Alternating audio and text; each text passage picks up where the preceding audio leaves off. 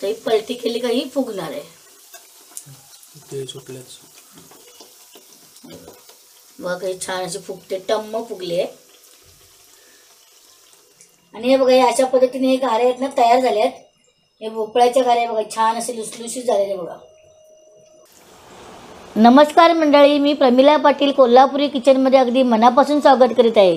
तर मंडळी आज मी तुमच्यासाठी घेऊन आलेले भोपळ्याच्या खूप साऱ्या रेसिपीज.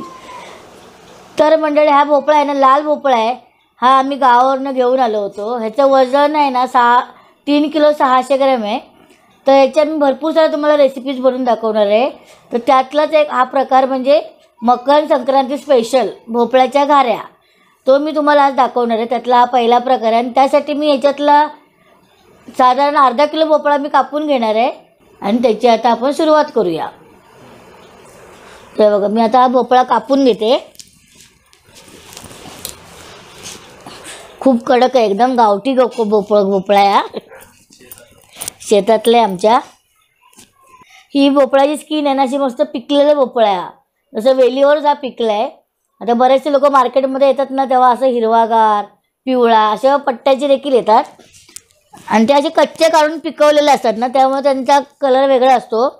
आता हा भोपळा तो म्हणजे वेलीवरच शेतातच पिकला आहे म्हणून याचा कलर एकदम मस्त किती छान दिसतो एकदम. जर हा कापला नाही ना तर त्याला महिनाभर ह्याला काहीच होत नाही, असा अख्खा राहू शकतो. मग जर कापला ना तर त्याला लगेच संपवत, असं 2 दिवसात तो खराब होऊन जातो आतून. मस्त असं छान पिकलं आहे, झाडावर पिकल्यामुळं असं आतून पण सुकलं आहे बघा. जर असा ओला असताना तर थोडंसं पाणीरी असतो आतून. आणि हा बघा आतून लाल भडक आहे असं छान. ह्याच्या बिया देखील बघा मोठ्या जून झालेल्या बिया आहेत. जर ह्या बिया तुम्ही रुजत घातल्यानंतर ह्याचं देखील भोपळ्याचा वेल येईल. ह्याच्यामध्ये पांढरा देखील असतो, आतून असा पांढरा असतो, पण या लाल भोपळ्याला खूप सारी छान अशी चव असते. हा गोडूस असतो भोपळा पण मस्त सुंदर लागतो. तर मी ह्याच्यातला एक भाग आता अर्धा किलोचा भाग कापून घेते. हा असाच ठेवणार आहे मी. आणि त्यासाठी ना ह्या बिया आहेत ना ह्याचं कापून काढून घ्यायच्या असतात. हे बघा बिया आहेत ना, आणि या ठेवल्यानंतर तुम्ही अशा फोडून खाऊ शकता किंवा जर रुजत टाकला तर तुम्ही त्या अजून दुसरा वेल बनवू शकता. आता या चमच्याने मी काढून घेतले आतले बिया आणि छान सुकलं आहे. हां तर हे बघा आता हा भोपळा मी आता एका बाजूचा घेतला आहे आणि हा भोपळा आहे ना आता मी माझ्या मुलीला पण देणार आहे आणि बहिणीला पण देणार आहे ह्याच्यातला अर्धा. आणि ह्याच्या मी आता तुम्हाला रेसिपीज करून दाखवणार आहे. ह्याच्यातला आता मी अर्धा किलो काढते. बघा हा बघा हा आता अर्धा किलो भोपळा घेतलेला आहे मी. त्याची मी आता साल काढून ना किसून घेते आणि मग तुम्हाला शिजत ठेवताना दाखवते. तर हे बघा मंडळी आता हा भोपळा आहे ना किसून झाला आहे. हे बघा छान असा म्हणजे असं जाडजाडच किसला आहे मी. हे बघा म्हणजे लवकर शिजला जातो म्हणून किसून घ्यायचा. आणि जर आपण असे तुकडे किंवा असे बारीक बारीक फोडी केल्या ना तर मग तो शिजला जात नाही, परत त्याला मिक्सरमध्ये फिरवावा लागतो. तर आता मी गॅस पेटून नाही लंगडी तापत ठेवले, त्यामध्ये मी आता 1 ग्लास पाणी होते. हे बघा छान पातेले तापले. आता मी 1 ग्लास पाणी ओतले, गॅस फास्ट करते आणि याच्यातच मी मीठ टाकणार आहे. अगदी आपल्याला गोड पुऱ्या करायच्या आहेत ना, घाऱ्या करायच्या आहेत म्हणजे, त्यामुळे थोडंसंच मीठ टाकायचं आपण. अगदी चवीसाठी मीठ टाकायचं अर्धा चमचा बघा. आणि यामध्येच मी आता भोपळा टाकून घेते. सर्व आता किस टाकलाय मी त्याच्यात.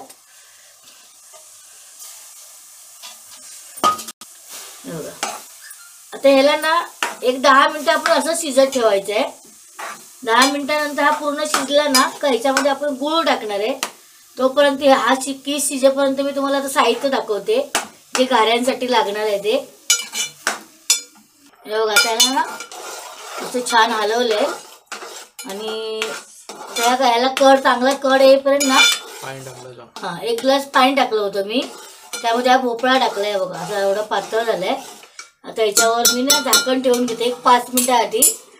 मग तो आपण 5 मिनिटांनी आपण भोपळा शिजला का झाकण काढून घेऊया. तर हे बघा मंडळी आता या भोपळ्याचा किस आहे ना छानपैकी शिजलाय. हे बघा छान. हे बघा आपण 1 ग्लास पाणी टाकलं होतं त्यामध्ये हा एवढा चांगला शिजलाय बघा. थोडं पाणी कमी झालं आता आणि भोपळ्याला पण पाणी सुटलेलं. एवढं पाणी आता ठेवायचं, कारण यामध्येच आपण आता गूळ टाकणार आहे. हा गूळ मी बारीक किसून घेतला आहे आणि हा 300 ग्राम गूळ आहे. आपला अर्धा किलो भोपळा होता ना, त्याच्यामध्ये मी 300 ग्राम, आपल्या गोडीवर असतं. जसं तुम्हाला जास्त गोड घाऱ्या आवडतील तर तुम्ही अर्धा किलो टाकू शकता, पण 300 ग्राम भरपूर होतो. साखर टाकू शकतो, पण ते साखरेमुळे काय होतं, कडक होतात घाऱ्या. साखर टाकले तर काय हरकत नसते, पण साखरेने असे तळताना ना ते कडक कडक होऊन जातात. आता मी वेलची पावडर टाकून घेणार आहे. हे बघा, हा अर्धा चमचा वेलची पावडर आहे, या गुळामध्ये टाकून घ्यायची. आणि आपल्याला या गुळाचा तर म्हणजे असं पाक नाही करायचं आहे, ह्याला फक्त आपण गुळ वितळेपर्यंतच करायचा. त्यामध्येच मग मी हे पीठ टाकणार आहे. आता हे पीठ पण तुम्हाला सांगते माप याचं. हे पीठ 400 ग्राम आहे आणि गव्हाचं पीठ घेतलं थोडंसं, म्हणजे असं तांदळाचं पीठ असतं ते कुरकुरीत होतात घाऱ्या, आणि त्याच्यामुळे थोडंसं असं नरम सॉफ्ट होण्यासाठी आपण 150 ग्राम गव्हाचं पीठ घेतलंय. तर आपण पाहू शकता गुळ वितळलाय पूर्ण. आता मी यामध्ये ना 1 चमचा भरून ना तीळ टाकणार आहे. हे तीळ आपण जेव्हा घाऱ्या थापणार ना त्या टायमाला आपल्याला वापरायचे आहेत. फक्त आपण आतून जरा असं लागण्यासाठी थोडंसं तीळ टाकले. आणि मकर संक्रांत म्हटलं का तिळाचेच पदार्थ असतात बऱ्यापैकी.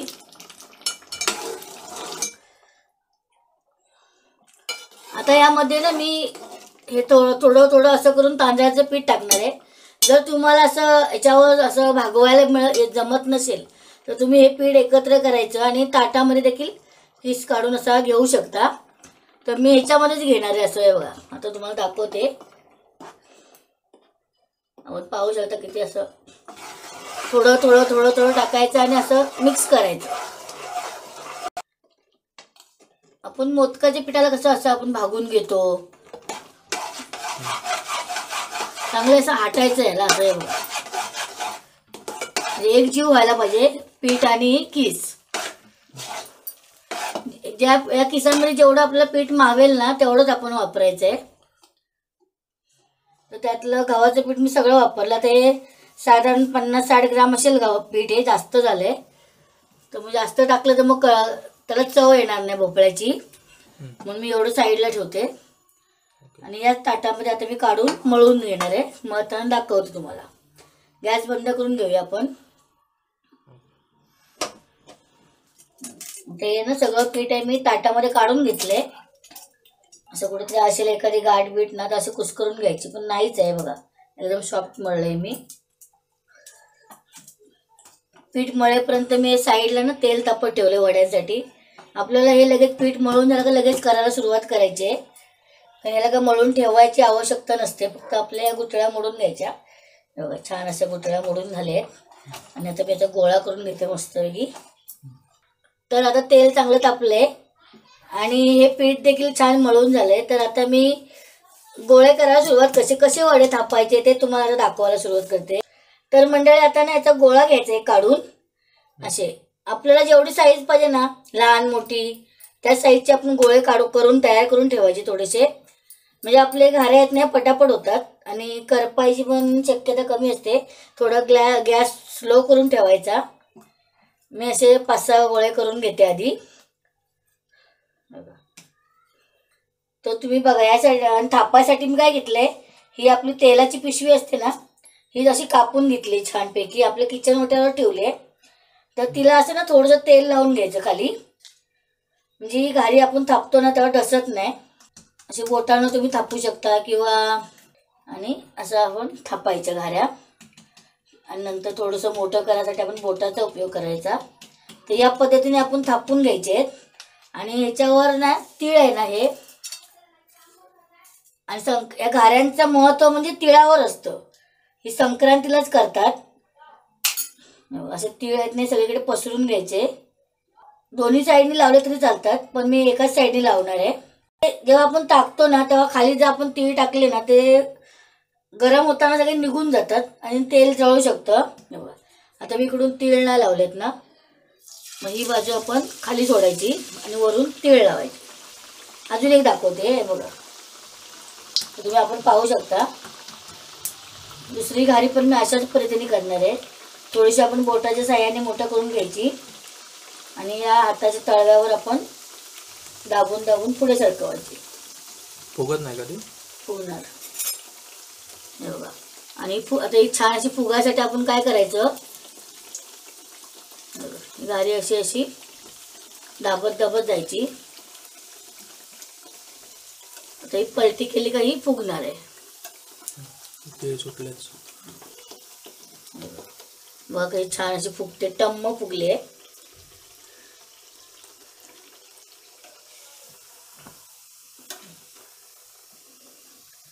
ते पुन्हा थोडं थोडंसं जास्त प्रेस करायचे त्याला असे, म्हणजे ते निघणार नाहीत.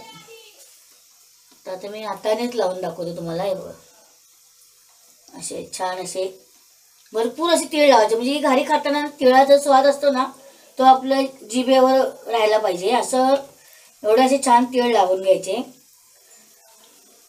आणि त्याला असे चांगले दाबून दाबून घ्यायचे, म्हणजे ते तेलावर निघत नाहीत. आणि भाजताना पण जास्त असं करपून नाही घ्यायची.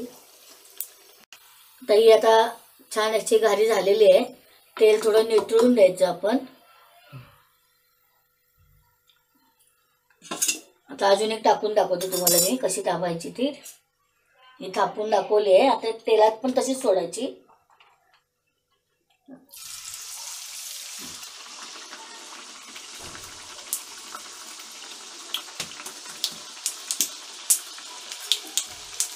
असं थोडं थोडं थोडं थोडं याच्या वड्यांवर नाही असं प्रेस करायचं आपण, म्हणजे वडा छान असं फुगतो टम्म. बघा फुगतो की नाही, असं फुगतो. आता ही बाजू पलटी करायची. थोडं सांभाळून करा, तेलाचं पदार्थ आहे हा. एवढंच भाजायचं आपण, जास्त भाजले ना मग असे काळ्या होतात, कारण गोड असतात ना ते, त्यामध्ये लगेच करपून जातात. तेव्हा ते तेल असं पागळून घेतले. तर मंडळी ना आता या घाऱ्या मी सगळ्या थापून घेते आणि मग नंतर दाखवते. तर ह्या घाऱ्या आहेत ना आमच्या गावाकडे काय करतात, कोल्हापूर स्टाईलच्या अशा ह्या घाऱ्या आहेत. त्या मकर संक्रांत येते ना त्या दिवशी सकाळी सकाळी एकदम पहाटे ना उठल्याबरोबर अशा घाऱ्या आमच्याकडे करतात. म्हणजे आमच्या घरी तरी अशा प्रकारचे करतात. ही कोल्हापूर स्टाईल घारी आहे. तर तुम्ही या पद्धतीने बघा, घाऱ्या अशी नक्की करून बघा, छान लागतात, एकदम फार सुंदर लागतात. आणि मकर संक्रांत म्हटलं का सगळ्या घरोघरी घाऱ्याच असतात. हे बघा सासरवाडीला आमच्या, म्हणजे आमच्या कोल्हापूरलाच हे करतात. आमच्या माहेरी काय असं नाही करत हे घाऱ्या बिऱ्यांचा प्रकार. तर हे आमच्या घरामध्ये मकर संक्रांत आली का घाऱ्यांची आठवण येते सगळ्यांना, म्हणून ह्या गावावर आता भोपळा पण पाठवून दिला. आम्ही घाऱ्या करतोच दरवर्षी. तर मंडळी आता मी गॅस बंद करून घेतलाय आणि हे बघा हे घाऱ्या आहेत ना ह्या सगळ्या करून झाल्यात तयार. तर आता मी तुम्हाला डिश सर्व करून दाखवते.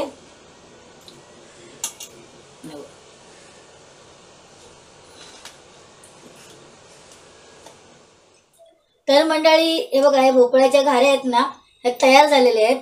आणि हे तळताना हे जे तीळ निघतात नाही जळलेले आहेत, तर हे आपण हे तीळ टाकून न देता तुम्ही असेच कुरकुरीत म्हणून खाऊ पण शकता. आणि किंवा आपण जेव्हा वाटण वाटतो ना मसाल्याचं कांदा खोबरं, तेव्हा त्याच्यामध्ये हे देखील वापरू शकता. तर हे फेकून देऊ नका. आणि हे बघा हे अशा पद्धतीने हे घाऱ्या आहेत ना तयार झाले आहेत. हे भोपळ्याच्या घाऱ्या बघा छान असे लुसलुशीत झालेले बघा. तर ह्या घाऱ्या आहेत ना तुम्ही असं ह्याच्याबरोबर तुम्ही श्रीखंड खाऊ शकता. चहासोबत तर फारच सुंदर लागतात. जास्तीत जास्त करून हे मकर संक्रांती दिवशी सकाळी सकाळी बनवते, त्यामध्ये चहासोबतच खातात. तर आता प्रमोदने तर आता बनवताना ते 4-5 खाऊन टाकले असेच. फार सुंदर लागतं, तुम्ही असेच देखील खाऊ शकता. तर ही घाऱ्यांची रेसिपी तुम्हाला कशी वाटली हे तुम्ही कमेंट करून नक्की सांगा. या पद्धतीने तुम्ही नक्की बनवा. कसे होतात ते देखील तुम्ही कमेंट करून सांगा. व्हिडिओ आवडल्यास लाईक करा, शेअर करा, सबस्क्राईब करा, शेजारचे बेल आयकॉन देखील दाबा. धन्यवाद.